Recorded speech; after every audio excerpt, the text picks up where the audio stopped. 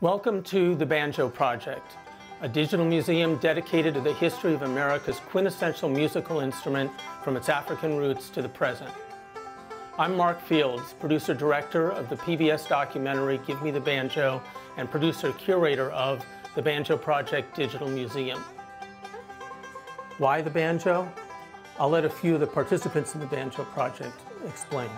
There's so much history in this music that is not in public view. This is the genesis instrument of American music. It was an African instrument when it came here. It became an African-American instrument here and met with the fiddle. It comes from a very emotional heart of America. Those Appalachian sounds, those Appalachian musicians have that ache in their heart too. It's embedded, it goes to the bone. I work in this business, I'm a jazz musician, and yet there's a lack of memory of the banjo and jazz in America. There were so many great four-string players, and it's almost like they never existed. The banjo has been a part of the American musical landscape since before we were a country. The Banjo Project's Digital Museum makes it possible to hear and explore the incredible range of banjo styles. From the Caribbean to Creole, the folk of the Piedmont and the Appalachians, to blues and showbiz music from minstrel shows, vaudeville, Tin Pan Alley, as well as modern hybrids like blues, jazz, and of course, bluegrass. Going around this world, baby mine. Going around this world, baby mine. Going around this world, I'm a banjo picking girl. And going around this world, baby mine. The Banjo Project has collected over 300 hours of original video, in-depth interviews and performances with some of the most influential banjoists.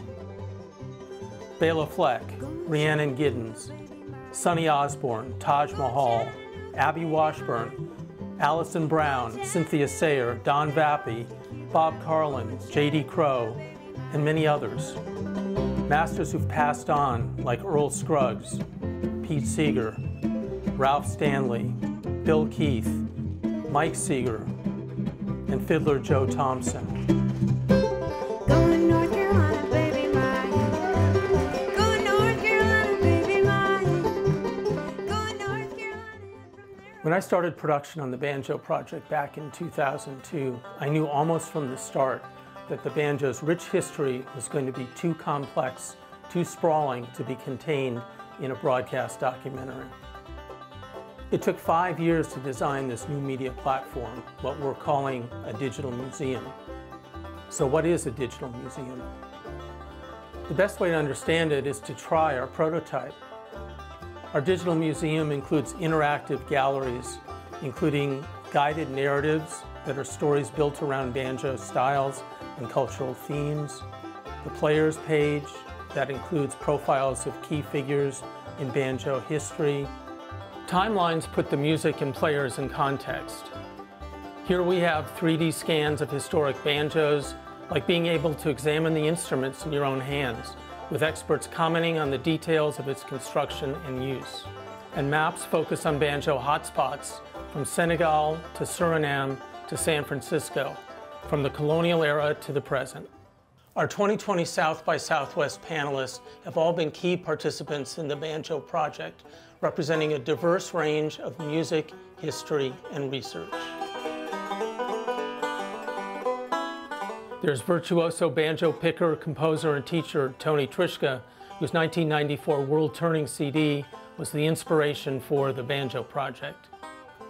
So this blew down the barn doors of what you could do on the banjo. Up till then, people were playing Scruggs style, or they were playing single string style.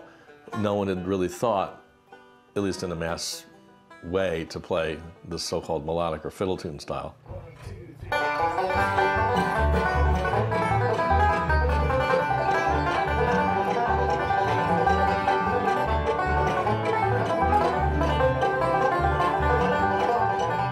Syracuse native Tony Trischka came of age in the 1960s and believed there were no limits to what kind of music the banjo could play.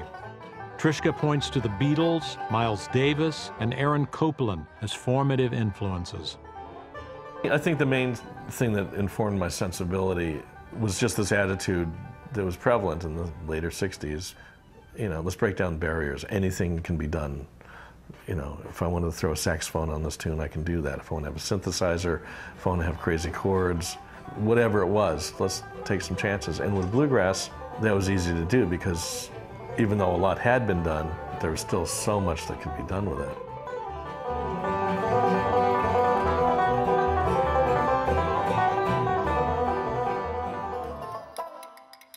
I met Dom Flemons at the 2005 Black Banjo Gathering, one of the seminal roots music events of the past 20 years, before he co-founded the Carolina Chocolate Drops and his recent Grammy nomination for Black Cowboys.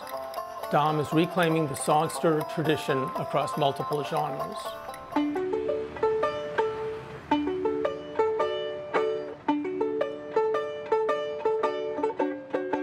Memphis is a really amazing place for the blues and for black music in general. When Boss Crump was running the show around here, there was a lot of music and there was a lot of entertainment that was around the city. I'm going down to Memphis, going down Forbes and Bill. I'm going to Memphis, going down Forbes and Bill. If I can't find Roberta, I'm gonna have to find Lucille. She see me anytime I want. You get to see like ragtime and brass band music and blues and country blues and old-time fiddle and banjo music and the songster music that was in there. All put together in a really amazing melting pot. Our third panelist, Christina Gatti, represents the new generation of writers and historians who are connecting the dots between the music and its cultural context in the place where the banjo has its earliest New World roots. This is one of the most iconic images of enslaved African Americans engaging in a cultural practice. Painted by enslaver John Rose in the late 1700s, it features music and dancing, including a banjo. For most of the painting's life, we didn't know anything about who painted it, where they painted it, or the cultural context behind it.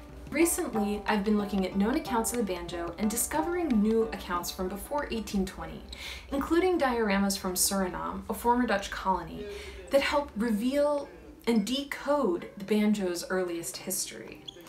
I've discovered a series of cultural practices that the banjo was central to, that the banjo was a religious object. And in this story, it touches on voodoo, Robert Johnson at the Crossroads, and the birth of popular music. The Banjo Project Digital Museum can tell all of these stories in a virtual space.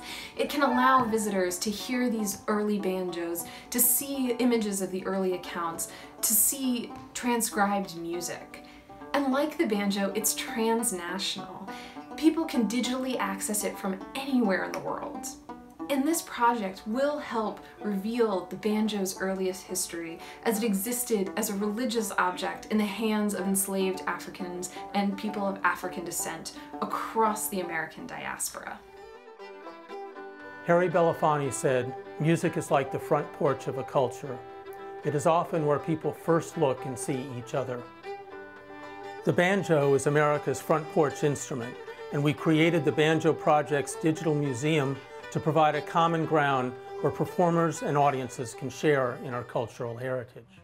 Visit the Banjo Project Digital Museum prototype at banjo.emerson.edu. Vote for us at the 2020 South by Southwest panel picker, and thanks for listening.